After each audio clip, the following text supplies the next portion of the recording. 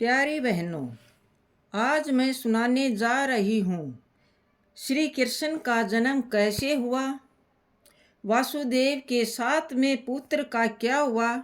ये एक बहुत ही पवित्र कथा है। ये सिर्फ एक कथा नहीं बल्कि माँ के प्यार, विश्वास और चमत्कार की संजीव झलक है।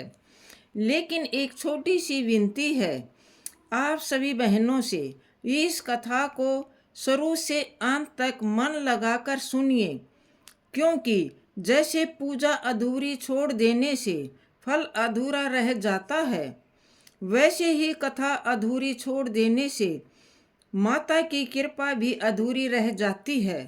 तो आइए मन को शांत कर प्रेम और श्रद्धा से इस अमृत कथा को सुने और अमृत करें। जय श्री कृष्णा। दोस्तों, मथुरा की अंधेरी कारागार में एक निर्दयी राजा और एक भविष्यवाणी, जिसने उनके दिल में डर की उजाला जला दी।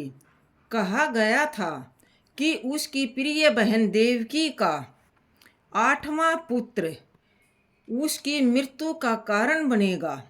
और फिर शुरू हुआ एक खौफनाक सिलसिला।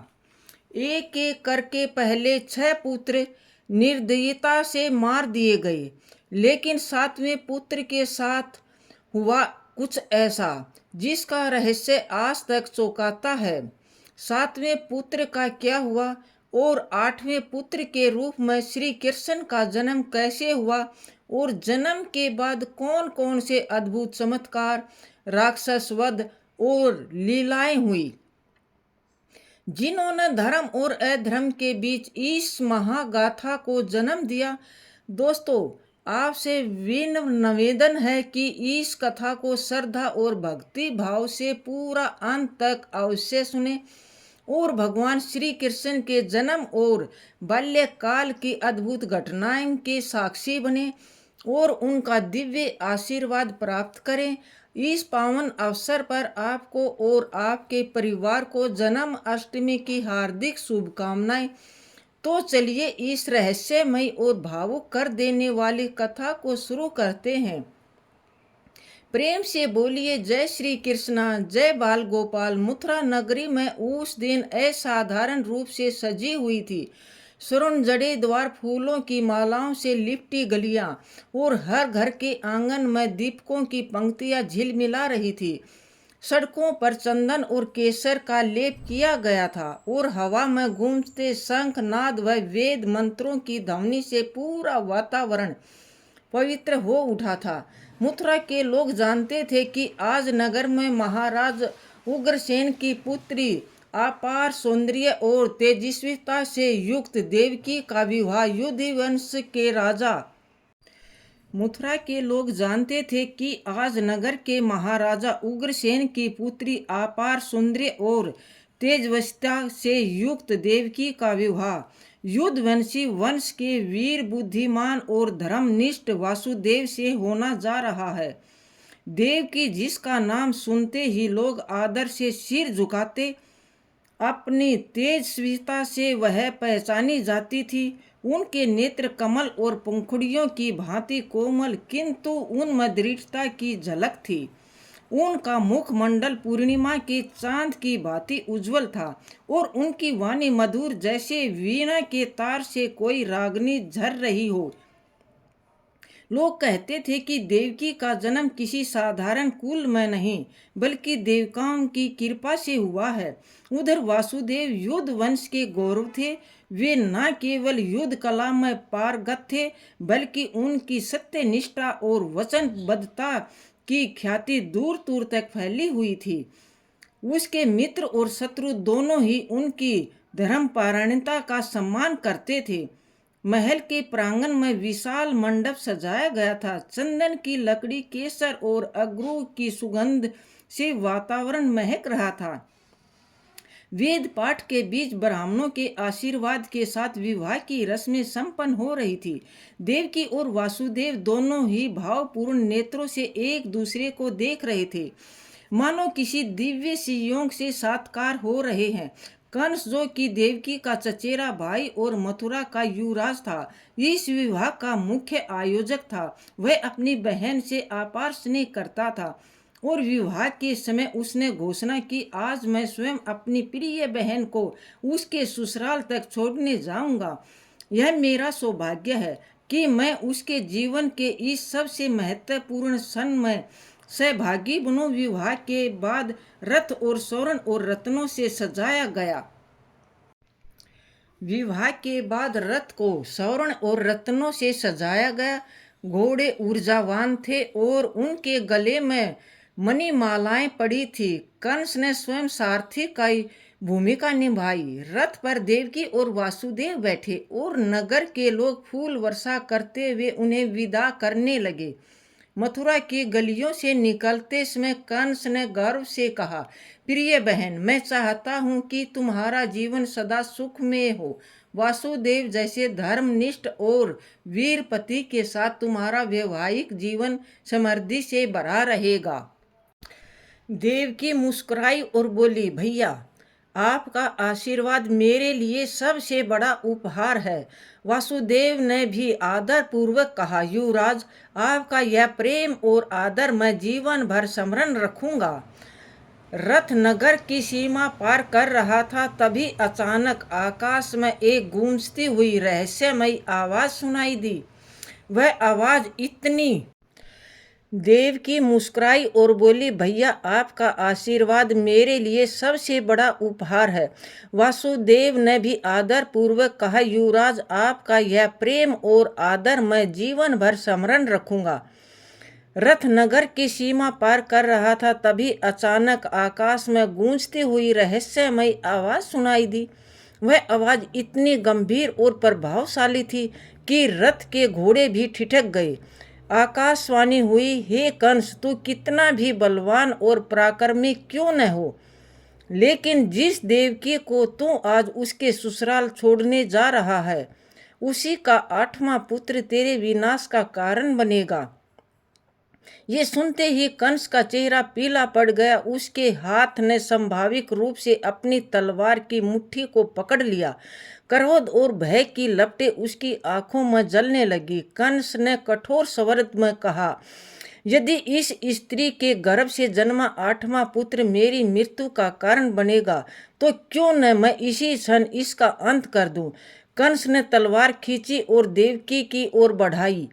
यह देखकर देवकी भय से कांप उठी, परंतु वासुदेव शांत स्वर में बोले, कंस, देवकी का क्या दोष? यह तो उसके गर्भ से उत्पन्न होने वाली संतान है जो तेरा विनाश करेगा। मैं तुझे वचन देता हूँ कि देवकी के जितने भी संतान होगी, उन्हें मैं जन्म के तुरंत बाद तेरे हाथों में सौंप दूंगा। कंस ठिठक गया। वह जानता था कि वासुदेव वचन के पक्के हैं। उसने तलवार नीचे कर दी, पर उसकी आंखों में अविश्वास अब भी था। उसने कहा, वासुदेव, मैं तुम्हारे वचन का मान रखूंगा, लेकिन तुम्हें दोनों को मथुरा के कारागार में बंदी बनाकर रखूंगा, ताकि कोई संतान मेरी नजर से बचकर ना निकल सके। रथ अब ससुराल की ओर नहीं, बल्कि मथुरा महल के कारागार की ओर मुड़ गया। नगरवासी सतम थे, कुछ समझ नहीं पा रहे थे और अभी अभी हुए इस परिवर्तन का कारण क्या है। महल के अंधेरे, गीले और ठंडे कारागार में वासुदेव और देवकी को बंद कर दिया गया। उसी दिन से उनकी जीवन यात्रा के एक नया कठोर मोड़ ले लिया। बाहर मथुरा की गलियों फिर से चहल पहल में डूब गई, लेकिन उस कारागार में आने वाले वर्षों के लिए केवल अंधकार, प्रतीक्षा और भय का वास था। मथुरा का वह कारागार अंधकार, नमी और ठंड से भरा हुआ था, जहां देवकी और वासुदेव को बंद कर दिया गया था। बाहर से ऊंची ऊंची दीवारें, लोहे के विशाल दरवाजे और हर ओर पहरेदार तैनात थे, लेकिन भीतर देवकी के हृदय में अभी भी विवाह का दिन, वह मंगलमय वातावरण और अपने पति के साथ बिताने का सपना तैर रहा था। वह सपना लोहे की जंजीरों में कैद हो चुका था। वासुदेव देवकी को साहस देने के लिए कहते हैं, देव की धैर्य रखो, समय चाहे कितना ही कठिन क्यों न हो, धर्म और सत्य की जीत अवश्य होगी। लेकिन कंस का भय चारों ओर छाया था। समय बीता और देव की गर्भवती हुई। यह पहला गर्भ था और दोनों के मन में संभाविक प्रसन्नता थी, परंतु उसके भीतर एक भय की छाया भी थी। आखिरकार वसुदेव ने कंस को वचन दिया था, जब पुत्र का जन्म हुआ तो वह एक तेजस्वी शिशु था। उसकी कोमल मुस्कान और मासूम आंखों में भविष्य का उजाला झलक रहा था।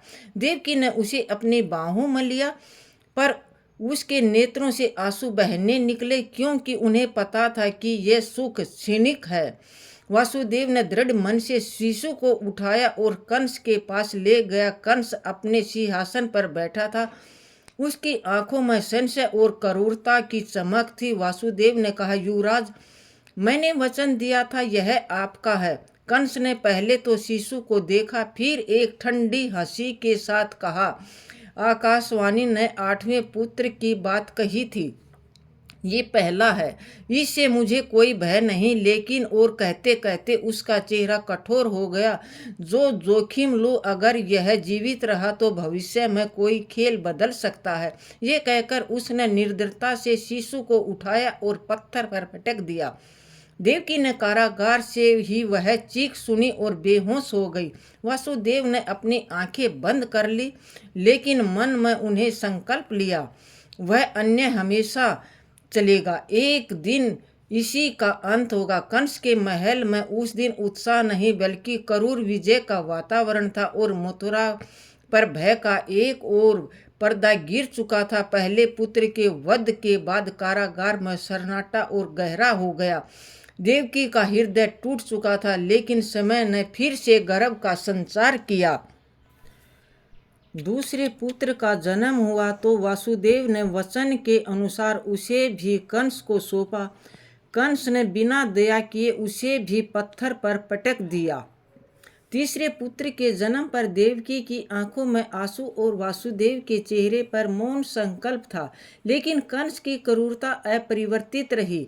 चौथे पुत्र का जन्म होते ही महल के सैनिक आए और उसे भी कंस के सामने ले गए। कंस ने हंसते हुए फिर निर्दयता दोहराई। पांचवें और छठे पुत्र का भी यही भाग्य हुआ। हर जन्म मथुरा के इसी कारागार में आशा और भय के बीच आरंभ होता और कंस के हाथों अंत पाता। देवकी हर बार मातृत्व का सुख पाने से पहले ही शोक में डूब जाती। वासुदेव हर बार अपने भीतर की पीड़ा को निगलते और मौन में प्रतिज्ञा करते कि एक दिन यह अन्याय अवश्य समाप्त होगा। षंडग्रह के इस क्रम में मथुरा का आकाश जैसे और भी भारी हो गया और कंस की निर्दयता पूरे नगर में भय का पर्याप्त बन चुकी थी। 6 पुत्रों के वध के बाद देवकी वासुदेव के मन में प्रसन्न था कि निर्दोष शिशुओं का ऐसा भाग्य क्यों हुआ। एक रात कारागार में नारद मुनि प्रकट हुए। वासुदेव ने पूछा कारण। नारद बोले, षंडग्रह पूर्व जन्म में महर्षि मरीच के पुत्र थे, जिन्होंने गर्भ में ब्रह्मा का अपमान किया। ब्रह्मा ने श्राप दिया कि ये राक्षस के घर जन्म लेकर अपने पिता के हाथों मारे जाएंगे। श्राप के कारण ये देवकी के गर्भ में आए और कंस के हाथों मारे गए। इसी ईश्वरीय योजना का हिस्सा था, जिससे कंस का पाप बढ़े और भगवान के अवतार का समय आए। नारद ने कहा, 7वां गर्भ सुरक्षित होगा और 8वें में स्वयं नारायण अवतरित होंगे। यह सुन वासुदेव और देवकी ने धैर्य और संकल्प धारण किया। मथुरा के कारागार में समय धीमी गति से बह रहा था। षंडग्रह के 6 पुत्रों का वध हो चुका था और अब देवकी फिर गर्भवती थी। यह 7वां गर्भ था। इस बार देवकी के हृदय में भय के साथ साथ एक विचित्र आशा भी थी, क्योंकि उन्हें नारद मुनि के शब्द याद थे, 7वां गर्भ सुरक्षित स्थानांतरण होगा। देवकी के गर्भ में जो शिशु पल रहा था वह वास्तव में शेषनाग के अवतार बलराम थे। भगवान विष्णु के ही अंश पृथ्वी पर उनके आगमन का उद्देश्य था। आने वाले कृष्ण अवतार के संचार और सहायक बनना। एक रात्रि जब कारागार में सन्नाटा था और पहरेदार ओघ रहे थे, ऊँघ रहे थे, अचानक वहाँ एक दिव्य आभा प्रकट हुई। यह योग माया थी, भगवान विष्णु की लीला शक्ति। उन्होंने कारागार में प्रवेश किया और देवकी के गर्भ को हल्के से स्पर्श किया। उसी क्षण एक अद्भुत घटना घटी। गर्भ में स्थित शिशु अदृश्य हो गया और एक दिव्य प्रकाश के साथ गोकुल के स्थानांतरण हो गया। गोकुल में वासुदेव की दूसरी पत्नी रोहिणी उस समय नंद बाबा के संरक्षण में थी, यशोदा के घर निकट रहती थी। यह योग माया थी, भगवान विष्णु की लीला शक्ति। उन्होंने कारागार में प्रवेश किया और देवकी के गर्भ को हल्के से स्पर्श किया। उस क्षण एक अद्भुत घटना घटी। गर्भ में स्थित शिशु अदृश्य हो गया और एक दिव्य प्रकाश के साथ गोकुल में स्थानांतरित हो गया। गोकुल में वासुदेव की दूसरी पत्नी रोहिणी उस समय नंद बाबा की देख रेख में थी। वे यशोदा के घर के निकट रहती थी और वहाँ का वातावरण शांत और सुरक्षित था। योग माया ने गर्भ को रोहिणी के गर्भ में स्थापित किया। यह सब इतनी सहजता से हुआ कि न तो कारागार के पहरेदारों को पता चला और न ही गोकुल में किसी को। मथुरा में जब कंस को 7वें गर्भ के बारे में पता चला तो उसने अपनी बहन के बढ़ते हुए गर्भ पर नजर रखी, लेकिन कुछ ही समय बाद खबर आई कि देवकी का गर्भपात हो गया। कंस को लगा कि शायद किसी अलौकिक कारण से यह गर्भ नष्ट हो गया। उसने राहत की सांस ली, पर उसने यह एहसास नहीं हुआ कि यह गर्भ तो सुरक्षित रूप से गोकुल पहुंच चुका है। गोकुल में रोहिणी के घर वातावरण आनंद से भर गया। नंद बाबा और यशोदा दोनों को गर्भ का समाचार मिला और वे अत्यंत प्रसन्न हुए। रोहिणी को विशेष देखभाल दी जाने लगी। बलराम के गर्भ में आने के साथ ही गोकुल का वातावरण जैसे और ही पवित्र हो गया। गोधूली बेला में बछड़ों की घंटियां की मधुर ध्वनि और बांसुरी की दूर तक तान और इस आने वाले शिशु का स्वागत करती सी लगती थी। बलराम का यह गर्भधारण केवल एक रहस्यमय घटना नहीं थी, बल्कि ईश्वर की योजना का महत्वपूर्ण चरण था, क्योंकि बलराम भविष्य में कृष्ण के जीवन के हर चरण में उनके साथ खड़े होंगे, चाहे वह गोकुल की बाल लीलाएं हों, वृंदावन की गोचर लीलाएं या महाभारत का युद्ध। इस प्रकार 7वें गर्भ का मथुरा से गोकुल तक पहुंचना भगवान की माया और योजना की अद्वितीय उदाहरण बना। कारागार में देवकी वासुदेव को भले ही गर्भपात का शोक हुआ, परंतु उन्हें भीतर से यह आभास था कि यह सब किसी बड़े कारण के लिए हो रहा है। षड्गर्भ के 6 पुत्रों के वध और 7वें गर्भ धारण के बाद मथुरा के कारागार में देवकी अब 8वें गर्भ से गर्भवती हुई। यह वही गर्भ था जिसका भविष्यवाणी आकाशवाणी ने देवकी के विवाह के दिन की थी। देवकी का 8वां पुत्र ही तेरी मृत्यु का कारण बनेगा। कंस इस बार और भी सतर्क था। उसने कारागार की पहरेदारी दुगनी कर दी। सैनिक दिन रात गश्त करने लगे, यहाँ तक कि कारागार के बाहर और भीतर ताला बंद रक्षक तैनात कर दिए गए। देवकी के आहार, जल, विश्राम तक की निगरानी होने लगी। लेकिन कंस को ये नहीं पता था कि गर्भ कोई सामान्य शिशु का नहीं, बल्कि स्वयं भगवान विष्णु का अवतार है, जो धर्म की स्थापना और अधर्म के विनाश के लिए अवतरित हो रहा है। पृथ्वी पर अधर्म बढ़ चुका था। कंस, जरासंध, शिशुपाल और अन्य दुष्ट राजाओं के ने प्रजा का जीना दुर्भर कर दिया था। साधु संतों का अपमान हो रहा था। ज्ञान वेदी अपवित्र हो चुके थे और वेदों का ध्यान लगभग समाप्त होने लगा। ऐसे समय पृथ्वी माता ने गौ के रूप में देवताओं के साथ ब्रह्मा के पास जाकर विनती की, प्रभु, मेरे ऊपर पापियों का बोझ बढ़ चुका है, मुझे रक्षा चाहिए। ब्रह्मा ने उन्हें लेकर क्षीर सागर गए, जहाँ भगवान विष्णु शेष नाग पर विराजमान थे। देवताओं ने प्रणाम कर निवेदन किया, प्रभु कृपा कर अवतार लीजिए और पृथ्वी पर अधर्म से मुक्ति कीजिए। भगवान विष्णु ने मुस्कुराते हुए कहा, मैं मथुरा में वासुदेव और देवकी के यहाँ 8वें पुत्र के रूप में जन्म लूंगा। मेरा शेषनाग बलराम पहले ही वहां आ चुका है। मेरी माया तुम्हारे कार्य में सहायक होगी। समय बीतता गया। देवकी के गर्भ में दिव्य तेज बढ़ने लगा। कारागार के अंधकार में भी उनका चेहरा चांद की तरह दमकने लगा। यहाँ तक कि पहरेदार भी उनकी इस आभा को देखकर अचेत होते थे। वासुदेव को भीतर से अनुभव हो रहा था कि यह गर्भ किसी सामान्य बालक का नहीं है। और फिर वही रात्रि आई। भादो मास की अष्टमी, रोहिणी नक्षत्र का समय। आकाश में बादल गरज रहे थे, यमुना लहरों से उफन रही थी। मध्य रात्रि का समय हुआ और कारागार में दिव्य प्रकाश छा गया। देवकी का गर्भ अचानक अद्भुत आभा से भर गया और शिशु का जन्म हुआ। 4 भुजाओं वाले शंख, चक्र, गदा और पद्म धारण किए हुए, पीताम्बर पहने हुए, वक्षस्थल के श्रीवास्तव और कौस्तुभ मणि सुशोभित, मस्तक पर मुकुट और कानों में कुंडल, यह स्वयं भगवान विष्णु थे। देवकी और वासुदेव ने एक साथ हाथ जोड़कर प्रणाम किया। उनकी आंखों से आंसू बह निकले। देवकी ने कहा, प्रभु, आपने स्वयं हमारे यहाँ जन्म लेकर हमें पवित्र किया है, किंतु कंस आपको देखकर मार देगा। कृपा करके अपनी रक्षा कीजिए। भगवान ने मधुर मुस्कान के साथ कहा, माता पिता, भय मत करो, मैं अपनी लीला के लिए मनुष्य रूप धारण करूंगा। तो मुझे नंद और यशोदा के घर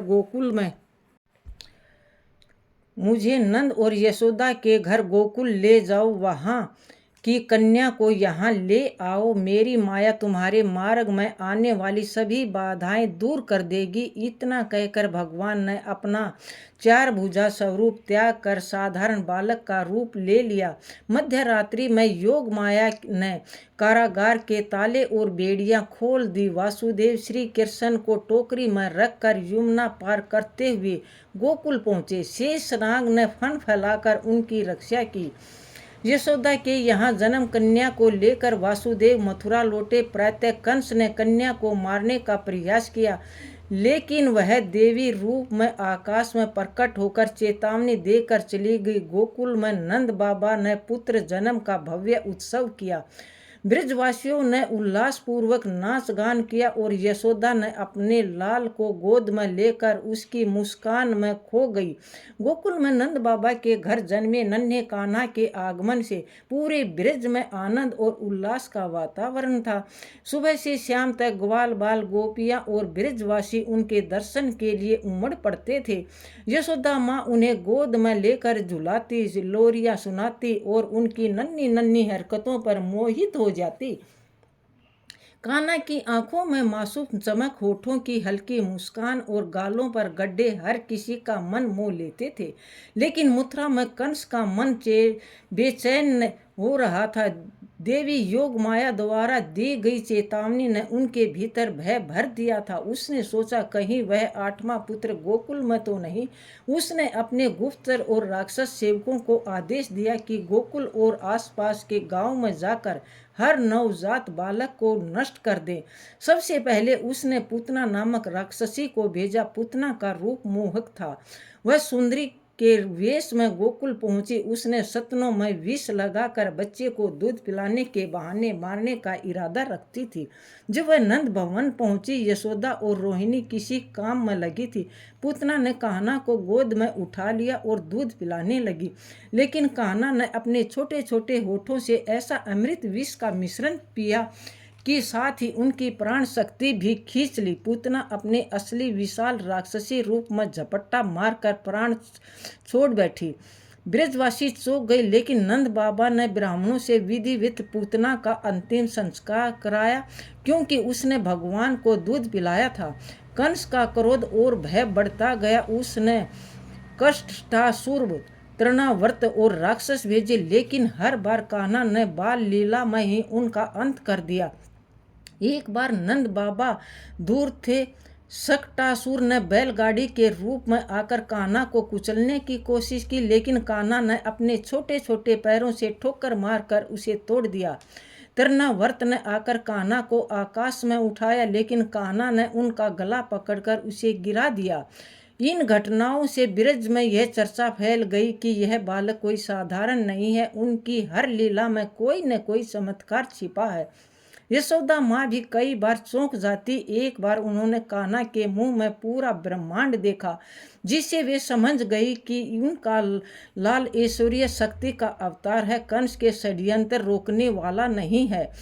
वह बार बार अपने दूत भेजता और हर असफलता के साथ उसका भय और क्रोध बढ़ता जाता। गोकुल में हालांकि ब्रजवासी ग्वाल बाल और गोपियां कान्हा का मक्खन चुराने, बांसुरी बजाने और नटखट शरारतों में खोए रहते थे। यह ईश्वरीय खेल था और एक बालक कृष्ण आनंद प्रेम का सागर लुटा रहे थे, तो दूसरी ओर कंस का अंत धीरे धीरे समीप आ रहा था। गोकुल में कंस के लगातार षड्यंत्रों और राक्षसों के हमले से नंद बाबा और ब्रजवासी चिंतित हो गए। एक दिन उन्होंने निर्णय लिया कि पूरे समुदाय को गोकुल से वृंदावन ले जाया जाए, जहां जमुना के किनारे हरे भरे वृक्षों और चारों ओर गोचरणों के लिए उपयुक्त भूमि है। सभी बैलगाड़ियों में अपना अपना सामान लाद कर गए और बच्चों को साथ लेकर ब्रजवासी वृंदावन पहुंचे। वहां पहुंचकर उनका जीवन और भी आनंदमय हो गया। गोपियों के बीच कान्हा और बलराम की लीलाएं और भी खुलकर सामने आने लगी। श्री कृष्ण अब थोड़े थोड़े बड़े हो चुके थे। वे गोपियों के साथ गाय चराने जाते, बांसुरी की मधुर धुन में वन को गूंजती कर देते और ब्रज की गोपियां उस सवर में खो जाती। कान्हा की शरारतें भी चलती रही, कभी गोपियों के मटके फोड़ना, कभी उनके माखन मिश्री चुराना, तो कभी बछड़ों को खोलकर इधर उधर भगा देना। ब्रज का हर दिन हंसी, गीत और आनंद से भरा था। लेकिन इस बीच इंद्रदेव से जुड़ी एक घटना घटने वाली थी जिसने पूरे ब्रज की दिशा बदल दी। परंपरा के अनुसार ब्रजवासी हर वर्ष इंद्रदेव की पूजा करते थे ताकि वर्षा समय पर हो और गोचरण व खेती अच्छी हो सके। उस वर्ष जब नंद बाबा ने इंद्र पूजा की तैयारियां शुरू की, तब श्री कृष्ण ने प्रश्न किया, बाबा, हम इंद्र की पूजा क्यों करते हैं? वर्षा तो प्राकृतिक का नियम है और हमारी आजीविका गोवर्धन पर्वत, गाय और यमुना पर निर्भर है। उन्होंने समझाया। उस वर्ष जब नंद बाबा इंद्र की पूजा की तैयारियां शुरू की, तब श्री कृष्ण ने प्रश्न किया, बाबा, हम इंद्र की पूजा क्यों करते हैं? वर्षा तो प्राकृतिक का नियम है और हमारी आजीविका गोवर्धन पर्वत, गायों और यमुना पर निर्भर है। उन्होंने समझाया कि हमें उस पर्वत की पूजा करनी चाहिए जिसने हमारी गायों को चरगाह, हमें जल और आश्रय दिया है। नंद बाबा सहित सभी ब्रजवासी कान्हा के तर्क से सहमत हो गए और उन्होंने इंद्र की जगह गोवर्धन पर्वत की पूजा करने का निर्णय लिया।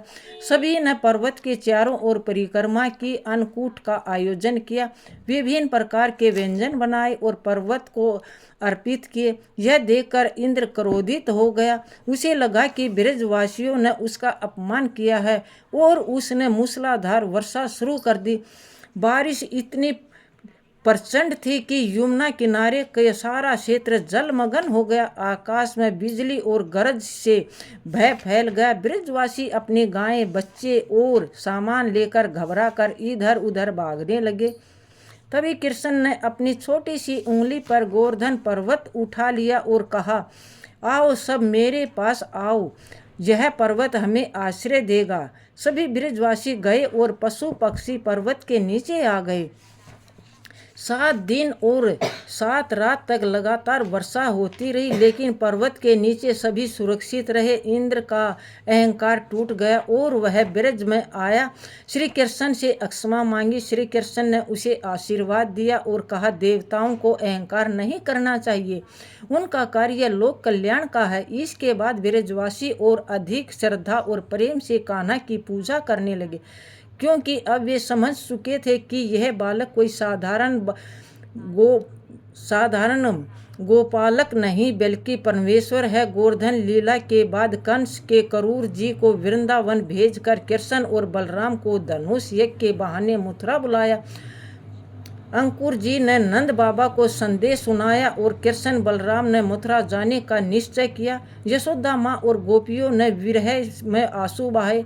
अकूर जी के साथ यात्रा के दौरान उन्होंने यमुना किनारे स्नान किया, जहां अकूर जी ने उनका दिव्य स्वरूप देखा। मथुरा में लोगों ने उनका स्वागत फूल बरसाकर किया, जबकि कंस ने धनुष यज्ञ और मल्ल युद्ध में उन्हें मारने की योजना बना रखी थी, पर उसका अंत अब निकट था। मथुरा में धनुष यज्ञ का दिन आ पहुंचा। कंस ने महल में चारों ओर सजे मंच, हथियार और भीड़ का शोर गूंज रहा था। नगर के सभी लोग इस अद्भुत आयोजन को देखने के लिए इकट्ठे हुए। कंस ने पहले से आदेश दिया था कि कृष्ण और बलराम को विभिन्न बाधाओं से गुजरना होगा, धनुष तोड़ना, मल्ल युद्ध लड़ना और अंत में उसे वध करने से पहले थकाना। सुबह होते ही अकूर जी ने कृष्ण और बलराम को लेकर यज्ञ स्थल की ओर प्रस्थान किया। रास्ते में लोग उनके दर्शन को आतुर थे। महिलाएं अपनी छतों से उन्हें आरती उतारती, बच्चे उनके नाम के जयकारे लगाते। जब वे यज्ञ स्थल पर पहुंचे तो विशाल धनुष उनकी आंखों के सामने था। यह इंद्र का दिव्य धनुष था जिसे देखने मात्र से लोग भयभीत हो जाते थे। कृष्ण ने बिना समय गुआए आगे बढ़कर धनुष उठाया और देखते ही देखते उसे बीच से तोड़ दिया। भीड़ में आश्चर्य और उल्लास की लहर दौड़ गई। कंस के सैनिकों ने उन्हें पकड़ने की कोशिश की, लेकिन सब परास्त हो गए।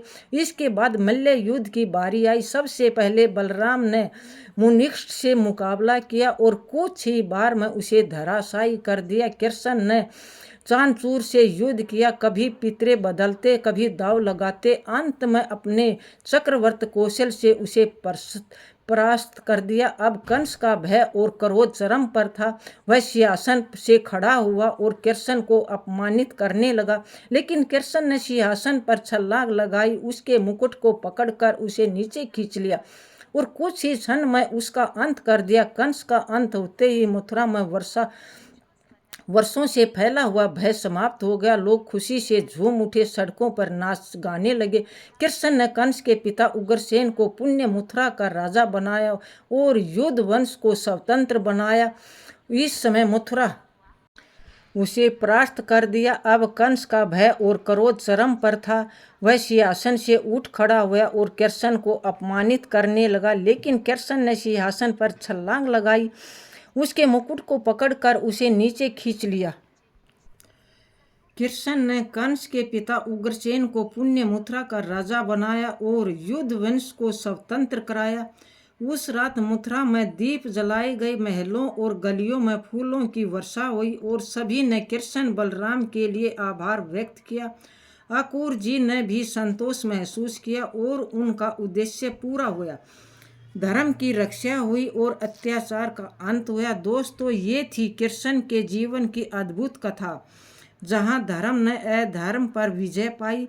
अगर आपको ये कथा पसंद आई हो तो इस वीडियो को लाइक करें, अपने दोस्तों और परिवार के साथ शेयर करें और हमारे चैनल को सब्सक्राइब करें ताकि आपको ऐसी ही और रोचक कथाएं मिलती रहें।